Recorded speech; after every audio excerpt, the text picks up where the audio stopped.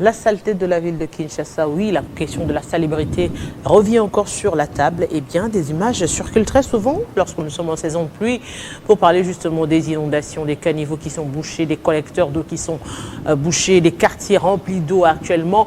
S'il pleut abondamment, l'on connaît déjà les routes où il ne faudrait pas passer à travers la ville de Kinshasa, des secteurs où il ne faudrait même pas oser y aller.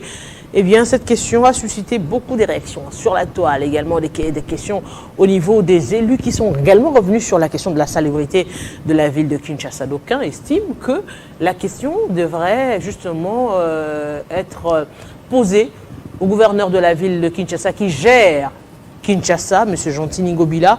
D'autres encore estiment que la question devrait être partagée ou encore la problématique devrait être partagée parce qu'il y a d'autres secteurs qui entrent en jeu. On va en parler ce soir avec M. Aïd Ambito. Il est porte-parole de la DDN Idambito. M. Idambito, bonsoir. Bonsoir Mme Marlette. Aujourd'hui, on revient encore sur cette question de la salubrité de la ville de Kinshasa. Eh bien,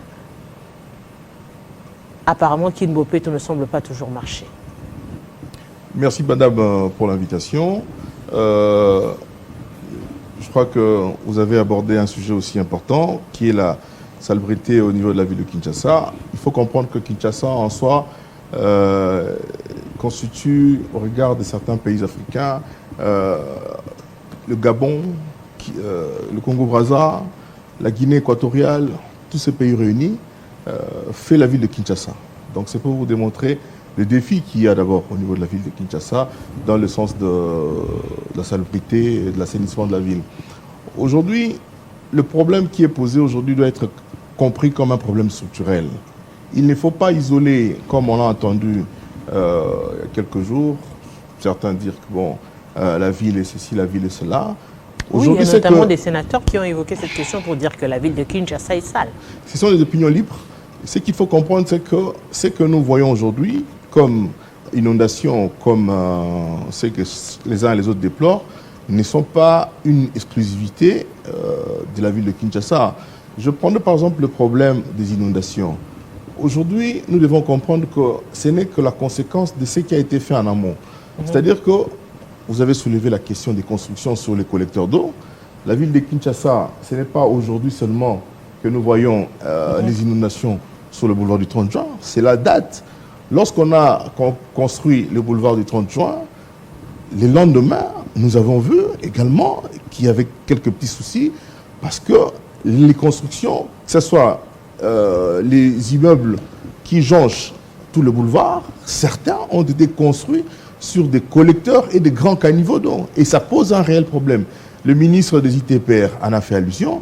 Donc aujourd'hui, si nous avons cette question, cet état de choses tel que nous avons vu sur le boulevard ou sur l'avenue des Huileries, qui ne date pas d'aujourd'hui, ça fait plus de 10-15 ans que nous voyons cela, mais le contextualiser aujourd'hui comme si c'était le passif du pouvoir de l'exécutif provincial actuel, là j'ai dit non, au contraire, ça fait 3 ans que nous voyons comment l'exécutif provincial aujourd'hui est en train de se battre justement sur cette question-là.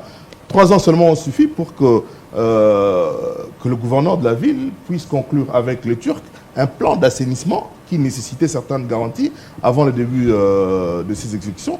Nous sommes contents qu'au moins il y a des actes qui sont posés dans ce sens-là. Vous êtes sans ignorer, madame, que aujourd'hui tout ce qui est assainissement, tout ce qui est salubrité, c'est devenu un problème de contexte environnemental mondial. Aucune ville, aucune mégalopole mondiale, New York, Tokyo, Paris ou je ne sais quelle ville n'échappe à ces phénomènes d'inondation. Les inondations, le problème d'inondation n'est pas certes une particularité quinoise. Monsieur Idambito, les inondations, certes, oui. On vous le concède. Oui, c'est à travers d'autres, mais les raisons diffèrent. Les raisons d'inondation ici à Kinshasa, la capitale, pouvaient aussi être évitées. Je prends l'exemple, vous avez par exemple évoqué la question des maisons qui ont été construites sur des collecteurs d'eau. Ça suppose que si ces maisons n'étaient pas construites sur les collecteurs d'eau, la question d'inondation de ce côté-là n'allait pas se poser. Aujourd'hui, nous évoquons par exemple la question des déchets ménagers ou encore des déchets plastiques qui demeurent à ce jour un sérieux problème. Alors qu'il y a eu des mesures qui ont été prises sur la révision des sachets, par exemple, ou des emballages en plastique. Mais nous revivons quand même, dans le cas de ces images, par exemple, de bouteilles d'eau plastique, qui est l'une des grandes causes aujourd'hui d'inondation quand même des différents points à travers Kinshasa, la capitale seulement. Si on prend l'exemple de Kinshasa. Aujourd'hui, on prend par exemple, je prendrai les cas de certains quartiers où les maisons sont construites le long des lits des rivières, qui aujourd'hui empêchent justement les lits des rivières, l'eau de s'émouvoir correctement. Aujourd'hui, on se dit finalement, ce sont des problèmes, certes qui datent, mais qui pouvaient être évités et qui peuvent encore aujourd'hui être évités parce que nous avons une autorité qui peut résoudre ce problème. Je donne l'exemple du cas des maisons construites le long des rivières. Si ça constitue à poser un problème pour Kinshasa, pourquoi est-ce que le gouvernement provincial ne se saisit pas de la question pour s'adresser à qui de droit, c'est-à-dire le ministère de l'Urbanisme et Habitat, pour que, au lieu, par exemple, de déguerpir des gens à la Gombe, pensez à cette question des personnes qui ont construit sur le lit des rivières. Madame, vous avez en même temps posé les problèmes et présenté certaines réponses. Je vais prendre la question des déchets plastiques. Madame, c'est une question complexe.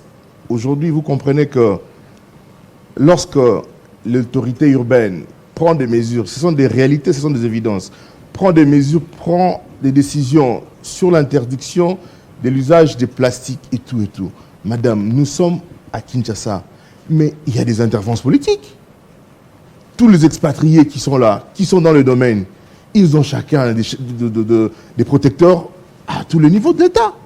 Combien de fois les services du gouverneur sont sur terrain pour traquer, fermer tel, mais vous avez des interférences au niveau des autorités supérieures, soit de l'armée, soit de la justice, soit encore du gouvernement. Mais c'est un problème réel. Et devant ces cas, à répétition, quand le chef de l'État parle de la théâtralisation de la justice, si lui, déjà, le premier des citoyens, en parle, mais c'est encore plus grave en bas. Vous avez également parlé de ces genres de constructions. Madame, Kinshasa a des statuts doubles. Et il y a, pour la ville de Kinshasa, la gestion par la ville de Kinshasa, et en même temps, Kinshasa comme capitale des institutions, et également sous compétence de certains ministères à caractère national. C'est-à-dire qu'aujourd'hui, vous avez une route qui est dans un état de délabrement. Il faut que le gouvernement central, qui a peut-être la charge de cette nationale, trouve l'opportunité d'arranger ou pas. Mais entre-temps, si la route n'est pas arrangée, on parle du gouverneur. Vous avez parlé de l'OVD. L'OVD, les autres se réfèrent au ministre des ITPR. Mais entre-temps, le gouverneur, on lui laisse, voici vos compétences. Lorsqu'en amont, où les restes de route ne sont pas arrangés, tout le monde parle du gouverneur. C'était une parenthèse. Mais vous avez parlé des constructions anarchiques. Comme je vous dis, aujourd'hui, l'évacuation d'eau dans une mégalopole comme Kinshasa, lorsqu'il faut prendre un collecteur qui est bouché à partir de Willery, qui doit canaliser l'eau jusqu'au fleuve, et il y a des constructions, il y a des autorisations de bâtir données par même l'État construit sur le collecteur, ce n'est pas un secret. Mais est-ce que ça a été fait dans 2 ans, 3 ans? Non, ça a été fait d'ici 5, 10, 15, 20 ans. Il faut remonter. Donc aujourd'hui, c'est un problème de responsabilité qui n'est pas seulement du seul domaine du gouvernement. Parce qu'aujourd'hui, 2-3 ans d'exercice du gouvernement, il constate évidemment. Mais voilà pourquoi je vous dis que c'est un problème collectif. Aujourd'hui, par exemple, s'agissant de l'utilisation de plastique et tout, quand les élus en parlent, je suis content que les élus en parlent, mais qu'est-ce que les élus devaient faire? Proposer dans le cadre légal, mettre également des barrières, déjà au niveau du cadre légal. Mais vous avez pris l'exemple du Congo-Brazzaville. Vous avez pris l'exemple du Congo-Brazzaville. Le Congo-Brazzaville utilise les emballages en carton, en papier. Le gouverneur ne peut pas, en amont, décider à seul prendre en charge ce qui est déjà au niveau national absorbé. Ce n'est qu'une goutte. Le gouvernement peut interdire au niveau de la ville de Kinshasa. Mais lorsque sur le plan national, il n'y a aucune restriction légale pour l'usage du plastique. Mais madame, vous voulez quoi? Vous parlez bien du Congo-Brazzaville. Mais cette décision, elle est prise où? Il y a les lois au niveau national pour protéger le pays dans cette lutte contre le réchauffement climatique, Oui. contre les défis environnementaux. Oui. Donc c'est au niveau national qu'on devrait déjà, en amont, travailler et non constater les dégâts et qualifier ou taxer d'incapacité ceux qui sont en train de subir. Dans le cas échéant, oui, madame. Lorsqu'il pleut à Kinshasa, Oui. on prend l'avenue des Huileries, on ne peut pas passer. Ouais. Vous arrivez au niveau du boulevard Triomphal, il y a débordement de eau parce que la route qui longe à Sosa est aussi débordée et les maisons aux alentours sont inondées. Ça date. Vous arrivez.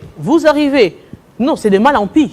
Non, je dis que C'est ça de date. mal en pis. Non, ça date parce que rien n'a été Aujourd'hui, fait. Rien n'a été si fait. justement- Lorsque vous voyez l'avenue des Huileries, naturellement, lorsque vous voyez, vous comprenez que non, la canalisation va vers le fleuve. Mais est-ce que tout ce qui a construction, à partir du boulevard du 30 juin jusqu'au rond-point des Huileries, même en amont, mais est-ce que ça a suivi ce plan d'évacuation d'eau? Je ne sais pas, mais je ne pense pas. Les faits sont là. Oui. Les faits sont comme Oui. tels. À ce jour, Oui. qui devrait prendre la responsabilité? Mais le pouvoir public, madame. Le pouvoir public, ce n'est pas seul le gouvernement, comme je vous ai dit. Kinshasa répond et du gouvernement, mais beaucoup plus aussi du gouvernement central. Donc, on ne peut pas, pour Ça des concerne problèmes... pour ces maisons qui sont déjà construites. Pour les maisons qui sont déjà Non, construites... on prend au cas par cas. Oui. Pour les maisons qui sont déjà construites, les longs des rivières, qui ont bouché les collecteurs. Je prendrai Ouais. l'exemple de Kinkole. Ouais. Le grand trou qu'il y a eu, c'est parce que justement, il y a quelqu'un qui a bouché, qui voulait construire une station d'essence. Parce qu'on a posé la question au directeur général de l'OVD, qui a répondu, il y a quelqu'un qui a construit sa station d'essence, qui est en train de construire madame, la station sur le collecteur d'eau. C'est ce qui a fait ce Mais débordement madame, d'eau qui octroie l'autorisation de dans la le cadre construction, de ces constructions. qui octroie les autorisations pour la construction des stations à travers le pays ou à travers... Il y a des responsables. Il y a des responsables. C'est comme je vous dis, nous devons voir le problème en amont. Il ne faut pas constater, une fois que nous constatons, nous disons que non, c'est le gouvernement. Non, le gouvernement a 2-3 ans depuis qu'il est là. Alors mais aujourd'hui, Oui. aujourd'hui, il y a le plan d'assainissement de la ville de Kinshasa qui a été conclu avec le Turc. On a vu comment les garanties ont été présentées pour faciliter les débuts des opérations. Ça, c'est à saluer. Mais pour le reste, madame, nous devons être conséquents qu'il y a eu des actes qui ont été posés il y a des années. Aujourd'hui, la ville de Kinshasa fait face justement à cet état de choses. Et on ne peut pas l'imputer, d'emblée pour les besoins de la cause à la ville de Kinshasa. Mais Non. je me pose la question. Ouais. Maintenant, le gouverneur de Kinshasa, si tout le dépasse, Ouais. il sert à quoi maintenant? Non, il n'y a rien de dépassement.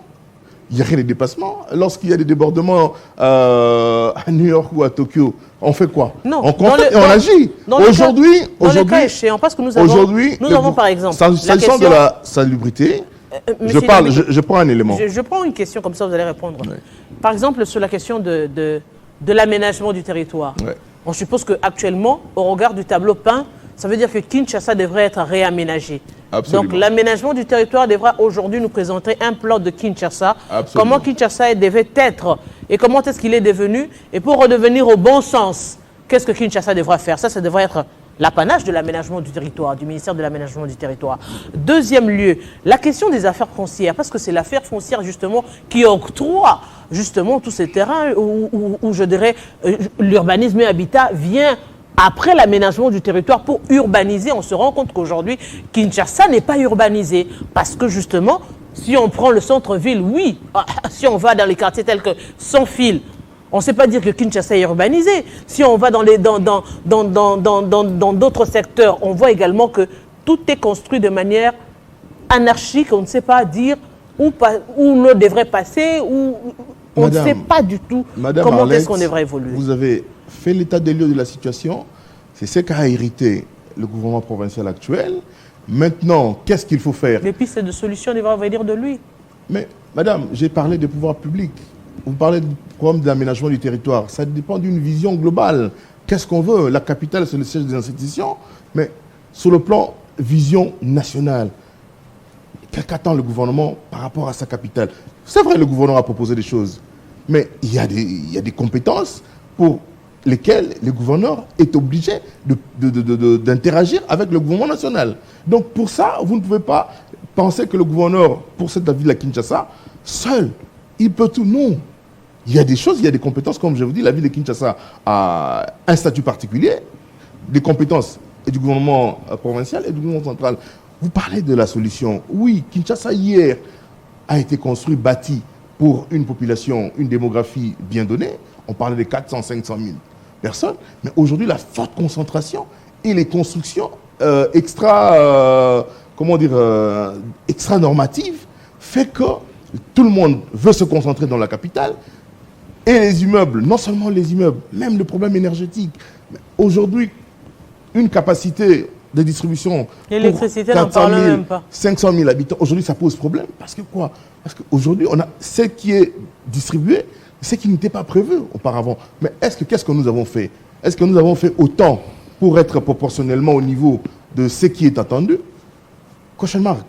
Aujourd'hui, moi j'ai dit, le gouvernement provincial, ce qu'il est en train de faire, en 3 ans et demi, il faut saluer parce que nous venons comme de quelque part. Le problème c'est comment arriver à les juger? Parce que quand vous dites qu'il y a des interférences, par exemple, sur le plan national, comment arriver à juger le bilan d'un gouverneur? Par exemple, le cas du gouverneur de la ville de Kinshasa, on va le juger sur base de quel bilan? Parce que si on peint le tableau global, on se dit, il est difficile de le juger positivement. Alors que vous évoquez la question de ce pouvoir central et le pouvoir provincial que le Congolais, que le Kinois ne maîtrise pas. Nul n'est censé ignorer la loi, madame. Tout le monde doit comprendre que non, le gouverneur a des compétences propres et le gouvernement central aussi a ses propres compétences. Aujourd'hui, c'est que nous voyons, les gens doivent comprendre que la réalité des choses, c'est que tout ce que Kinshasa vit aujourd'hui relève des problèmes structurels. Ce n'est pas des problèmes isolés qui naissent comme ça parce que c'est Gentilini Ngobla qui l'a. Non, nous avons posé des actes, nous citoyens. Il y a eu un problème de civisme foncier. J'insiste là-dessus. Il y a eu un problème de civisme foncier. Il y a un problème des défis aujourd'hui environnementaux que nous devons anticiper parce que la montée des eaux, les inondations et tout, ce n'est pas une exclusivité congolaise ou quinoise. Donc, que ce soit au niveau du gouvernement central, que ce soit au niveau même des législateurs, au Parlement, tout ce qu'on décrit, sachets, plastique, mais c'est aux élus, à travers le cadre légal, d'anticiper. Un gouverneur, quels instruments il a pour s'opposer à ces expatriés-là qui utilisent les plastiques, les sachets? Il n'en a pas, madame. Il faut que ceux qui se plaignent que Kinshasa est sale proposent justement de loi au niveau du Parlement pour que, effectivement, demain, tout investisseur qui vient sait que non, à Kinshasa, au Congo, on ne peut pas utiliser le plastique, on ne peut pas utiliser le sachet et tout. Voilà. Monsieur Idambito Grand, merci d'avoir répondu à notre invitation. C'est moi qui vous remercie, madame. Que vous êtes porte-parole du parti d'Eden Idambito. Justement, vous êtes venu réfléchir en tant que Congolais sur la question de la salubrité à travers la ville de Kinshasa. Oui, cette salubrité qui, d'emblée, incombe au gouverneur de Kinshasa, mais qui pourrait avoir des ramifications par-ci, par-là, dans d'autres ministères. Donc, une tâche assez transversale entre le gouvernement central et le gouvernement provincial. La question mérite-t-elle d'être revue au cours d'une table ronde qui pourra regrouper tous ces ministères justement pour réfléchir comment repenser Kinshasa autrement, comment reconstruire Kinshasa pour éviter à ce que la situation ne s'empire. Eh bien, c'était la thématique de ce soir. Et bien avant, nous avons pensé justement réfléchir sur des thèmes assez nouveaux autrement avec un professeur qui se dit savant, M. Zakari, qui était avec nous. Grand merci d'avoir été avec nous pour le compte de Kinshasa Direct dans quelques instants. Christopher Ochoum sera avec vous pour la grande édition du journal. Et avec nous, on se retrouve déjà demain pour le journal de 13h. À très bientôt.